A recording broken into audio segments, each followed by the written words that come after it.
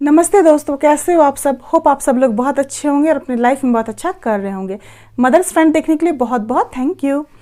अभी बहुत सारी जगह पे गर्मियां आ रही हैं, बहुत सारी जगह पे गर्मियां आ भी चुकी हैं। और गर्मियों के आते ही जो न्यू मॉम को सबसे पहली टेंशन होती है वो ये कि हम अपने बेबी को किस टेम्परेचर में रखें। बच्चे को क्या हम एसी कूलर के अंदर रख सकते हैं या नहीं रख सकते, बच्चे को फैन में भी रखें या नहीं रखें। तो ये सारी टेंशन्स न्यू मॉम को चलते रहती है और ये सारे टेंशन्स को सॉल्व करने के लिए ही ये वीडियो हम लेकर के आए हैं ताकि आपकी थोड़ी सी मदद कर सकें। तो इस वीडियो के अंदर बेसिकली मैं कवर करूंगी दो टॉपिक कि पहला कि क्या हम अपने बच्चे को एसी और कूलर के अंदर रख सकते हैं, और अगर हाँ हम रख सकते हैं तो हम क्या प्रिकॉशन लें जिससे कि हमारे बच्चे को सर्द गर्म जैसी प्रॉब्लम ना आए और हमारे बच्चे का जो समर सीजन है वो बहुत ही स्मूथली बीते। हमारे सारे वीडियोस को देखने के लिए सब्सक्राइब बटन पे क्लिक करें और बेल आइकन को हिट करें ताकि सारे वीडियोस का नोटिफिकेशन मिल सके। गाइस, जैसे ही हमारा बेबी आता है हम काफ़ी वरीड हो जाते हैं। हमें ये टेंशन होती है कि उनको हम कैसे ड्रेसअप करें, क्या हम उनको मिटन्स पहनाएं, क्या हम उनको कैप पहनाएं, क्या हम उनको ब्लैंकेट में रखें या नहीं रखें। और इन्हीं में एक टेंशन शामिल होती है कि क्या हम बच्चे को एसी और कूलर के अंदर रखें या नहीं रखें। और हमें इस बारे में सोचना भी चाहिए, क्योंकि अगर हम इस बारे में नहीं सोचेंगे तो इसी कारण से बहुत सारे बच्चे जो होते हैं वो बीमार पड़ जाते हैं। तो अब मैं आपको इस वीडियो में बताऊंगी कि डॉक्टर के अकॉर्डिंग क्या हमें ध्यान रखना चाहिए, डॉक्टर के अकॉर्डिंग क्या क्या गाइडलाइंस है जिसको हमें फॉलो करना चाहिए और हम अपने बच्चे के समर सीजन को बहुत ही स्मूथली और बहुत ही हैप्पीली बिता सकते हैं। सबसे पहले मैं आपको बता दूं गाइज कि अगर आप अपने बेबी को एसी और कूलर के अंदर रखना चाहते हैं तो आप बेशक रख सकते हैं, कोई टेंशन की बात नहीं है। बस आपको कुछ चीज़ों का ध्यान रखना होगा। अगर आप उन सारी चीज़ों का ध्यान रखोगे तो फिर आप आराम से अपने बच्चे को एसी कूलर फैन के नीचे कहीं भी रख सकते हो। देखना क्या है गाइस कि जब जैसे बड़े लोग होते हैं वो 18 डिग्री पे अपने एसी को रखते हैं, अपने रूम के टेम्परेचर को 18 डिग्री करके रखते हैं गर्मियों के मौसम में। उनको ऐसा लगता है कि ये कंफर्टेबल टेम्परेचर है उनके लिए, बट बच्चों के लिए कंफर्टेबल नहीं है। बच्चों को इससे ठंड लग सकती है, बच्चे को इससे सर्दियां हो सकती है। डॉक्टर के अकॉर्डिंग बच्चों के लिए कंफर्टेबल टेम्परेचर है 24 डिग्री सेंटीग्रेड से 26 डिग्री सेंटीग्रेड। ये जो टेम्परेचर है इसी में आपको अपने बेबी को रखना है। बट डॉक्टर का भी ये कहना है कि ये कोई एकदम फिक्स गाइडलाइन नहीं है। अगर आप कोई ऐसी जगह पे रह रहे हो जहाँ पे बहुत गर्मियाँ पड़ रही हैं, वहाँ का टेम्परेचर बहुत ज़्यादा हाई है, तो आप इसके टेम्परेचर को 26 से या 24 डिग्री सेंटीग्रेड से 22 या 21 डिग्री पे भी आप ला करके रख सकते हो। ये टोटली आपके ऊपर है कि आप किस वेदर में रह रहे हो।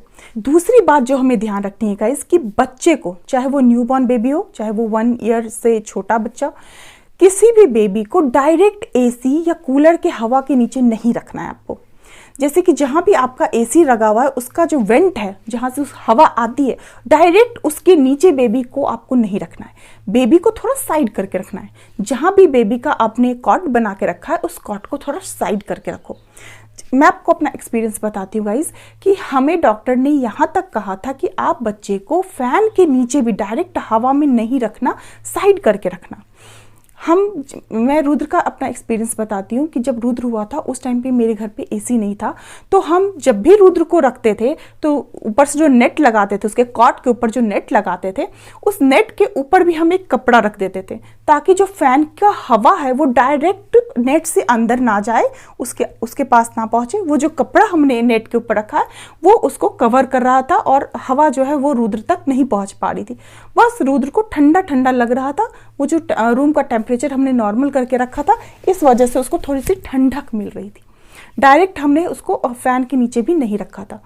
रुद्र जो है वो फैब का है, तो अप्रैल आते आते काफ़ी गर्मी पड़ गई थी, पर वो चूंकि 2 ही महीने का था तो भी हमने उसको डायरेक्ट फैन के नीचे या एसी के नीचे या कूलर के नीचे नहीं रखा था। तीसरी बात जो हमें ध्यान देनी है गाइज कि जब भी आप अपने बच्चे को एसी या कूलर कहीं भी रखें तो बच्चे को लेयरिंग में कपड़े पहना करके रखें। लेयरिंग में कपड़ा पहनाने से क्या होता है कि जब आपको लगेगा कि नहीं अभी रूम का टेम्परेचर बहुत ज़्यादा गर्म है, मतलब कि आपको गर्मी लग रही है, तो आप चाहोगे कि तो बच्चे का एक जो कपड़ा है वो खोल सकते हो। और अगर आपको लगेगा कि नहीं अभी थोड़ी ठंडक सी हो रही है तो आप बच्चे को एक कपड़ा और पहना सकते हो। तो बच्चे को लेयरिंग में कपड़ा पहनाने की बहुत ज़्यादा ज़रूरत है। अगर आपने बच्चे को डायरेक्ट एसी और कूलर के हवा के नीचे नहीं रखा है तो भी आप बच्चे को ऐसा ड्रेस पहनाओ जिससे कि वो पूरा का पूरा ढका हुआ हो। जैसे कि आप अपने बच्चे को वंजीज पहना सकते हो। हमने अपने बच्चे को खूब वंजीज पहनाया है। अगर आपके पास वंजीज नहीं है तो बच्चे को मिटन्स, शॉक्स पहना सकते हो, आपके ऊपर है। अगर आपको लगता है कि टेम्परेचर थोड़ा ठंडा है तो आप पहना सकते हो। बिल्कुल न्यूबॉर्न बेबी है तो आप उसको पतली सी कॉटन वाली कैप भी पहना सकते हो। तो इस तरह से लेयरिंग करके आप अपने बच्चे को कपड़ा पहनाओगे तो आपको कभी भी कोई प्रॉब्लम नहीं आएगी। 4th नंबर टिप्स है गाइस, जो कि बहुत ज़्यादा ज़रूरी टिप्स है वो ये कि जब भी आप अपने बेबी को रूम से बाहर ले जाएं, यानी कि एसी वाले रूम से बाहर ले जाएं, तो आप पहले बाहर के ही टेम्परेचर में बेबी को कंफर्टेबल कर लें, फिर बेबी को बाहर लेके जाएं। अब इसके लिए आपको क्या करना है कि जैसे आपको लगे कि अब बेबी को हमें बाहर लेके जाना है, तो बाहर ले जाने से पहले आप क्या करें कि रूम का जो एसी है वो उसको बिल्कुल बंद कर दें। एसी बंद कर दें, रूम का दरवाज़ा खोल दें, विंडो खोल दें, और बच्चे को तब तक बाहर ना लेकर के जाएं जब तक रूम का जो टेम्परेचर है वो बिल्कुल नॉर्मल ना आ जाए। अभी तक क्या था, रूम जो है ठंडा था, बट बाहर के टेम्परेचर के अकॉर्डिंग जब वो रूम का टेम्परेचर जब तक सेट ना हो जाए तब तक आप अपने बच्चे को डायरेक्ट बाहर लेके ना जाएं। अब चाहे आपको 15 मिनट लगे या 20 मिनट लगे या हाफ एन आवर लगे, जितना भी टाइम आपको लगे, आप बच्चे को तभी बाहर लेके जाएं। और सेम ऐसा ही आपको करना है जब आप बच्चे कहीं बाहर से बच्चे को घर में लेके आ रही हैं, तो आप मेक श्योर करें कि रूम में पहले से ही एसी ना ऑन हो। ऐसा ना हो कि आपने बाहर से बच्चे को लाया और जब आप रूम में एंटर करें तो पहले से एसी ऑन है, रूम ऑलरेडी बहुत ठंडा है, तो बेबी को सर्द गर्म होने की चांसेस जो है वो बढ़ जाती है। आपको करना क्या होगा कि आप पहले बेबी को रूम में लाइए, बेबी को कंफर्टेबल कीजिए, बेबी को नॉर्मल कीजिए, फिर जाकर के आप एसी को ऑन कीजिए। जैसे जैसे धीरे धीरे टेम्परेचर जो है वो नॉर्मल होना स्टार्ट होगा, वैसे ही बेबी भी है वो कंफर्टेबल होना स्टार्ट कर देगा। डायरेक्ट एसी में बच्चे को लेकर के बिल्कुल भी ना जाए। अगर इस बात का आप ध्यान रखेंगे तो बच्चे को कभी भी सर्दी जुकाम जैसी प्रॉब्लम समर में नहीं आएगा। इसके अलावा आपको ध्यान देना है गाइस कि जैसे आप अपने बच्चे को घर से बाहर लेके जा रहे हैं, आपको कहीं बाहर घुमाना है, तो कार का भी टेम्परेचर आप जो है वो नॉर्मल कर लें, तब बेबी को घर से बाहर लेके आए। इसके लिए आपको करना क्या है कि घर का कोई भी मेंबर जाए और जाकर के पहले ही गाड़ी को ऑन करे, ऑन करके शीशे वगैरह को नीचे कर दे। गाड़ी जो होती है वो बहुत ज़्यादा गर्म हो जाती है गर्मियों के टाइम पे, उस गर्मी को पहले नॉर्मल कर दे, और जब गाड़ी का टेम्परेचर नॉर्मल हो जाए तब आप अंदर से बेबी को लेकर के आइए, और जब बेबी आपका गाड़ी में आ जाए और तब जाकर के आप जो है वो एसी को ऑन कीजिए। सेम यही प्रोसेस आपको तब करना है जब गाड़ी रुकने वाली है। अब आपको लगेगा कि नहीं, अब जहाँ भी हमें पहुँचना वहाँ पहुँचने वाले हैं, तो वहाँ पहुँचने से ठीक 10-15 मिनट पहले ही आप एसी को ऑफ कर दीजिए। गाड़ी का जो टेम्परेचर उसको नॉर्मल होने दीजिए। जब नॉर्मल हो जाएगा, 10-15 मिनट में तो नॉर्मल हो ही जाता है, फिर जाकर के आप बेबी को जो है वो कार से बाहर कीजिए। अगली बात का जो आपको ध्यान रखना है गाइस, कि जब हम अपने बच्चे को एसी या कूलर में रखते हैं तो क्या होती है ना, कभी कभी कि बच्चे को ड्राइनेस की प्रॉब्लम आ जाती है। जब भी आपके बच्चे को ड्राइनेस की प्रॉब्लम आ जाए तो आपको करना क्या है कि नेज़ोक्लियर, मैं यही नेज़ोक्लियर यूज़ करती थी गाइस।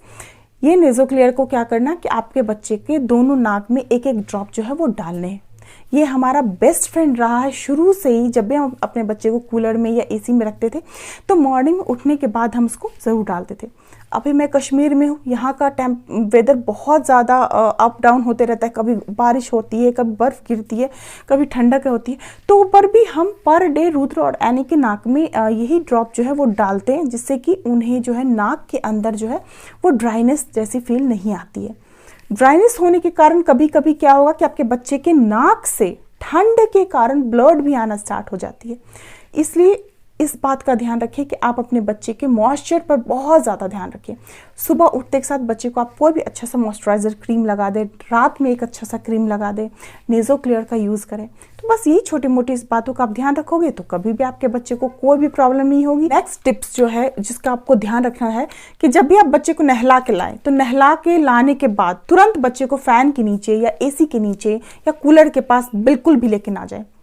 हाँ, आपको भले ही बहुत लगे कि अभी बहुत ज़्यादा गर्मी है, बच्चे को गर्मी लग रही होगी, फ़ैन के नीचे हम ले जाते हैं, बट आपको ऐसा काम बिल्कुल भी नहीं करना है। नहला के लाने के बाद गाइस बच्चे का जो बॉडी टेम्परेचर होता है वो ऑलरेडी बहुत ज़्यादा कम हो जाता है, बच्चे को अंदर से ठंडक मिल रही होती है। तो कम से कम 10-15 मिनट के बाद आप बच्चे को फ़ैन के नीचे या कूलर के पास या AC के पास, जो भी है, आप ले जाइए।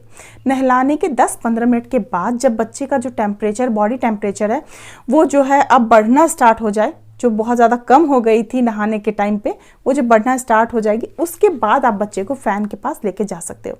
अगर आप तुरंत लेके जाओगे फिर वही प्रॉब्लम आएगी, बच्चे को हो सकता है सर्दी और या फिर खांसी की प्रॉब्लम आना स्टार्ट हो जाए।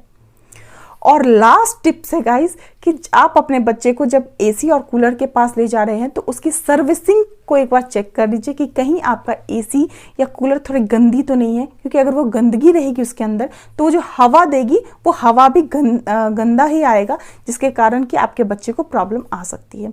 तो बस यही छोटे मोटे टिप्स को अगर आप ध्यान रखोगे तो आप अपने बच्चे को बेशक आराम से AC और कूलर के पास रख सकते हो, कोई प्रॉब्लम नहीं आएगी। होप ये वीडियो आप लोगों को अच्छी लगी होगी। अगर अच्छी लगी तो प्लीज़ इसको लाइक कीजिए, शेयर कीजिए हमारे वीडियोस को, और अगर आपने पहली बार हमारे वीडियोस को देखा तो हमारे चैनल को सब्सक्राइब करना बिल्कुल भी ना भूलें।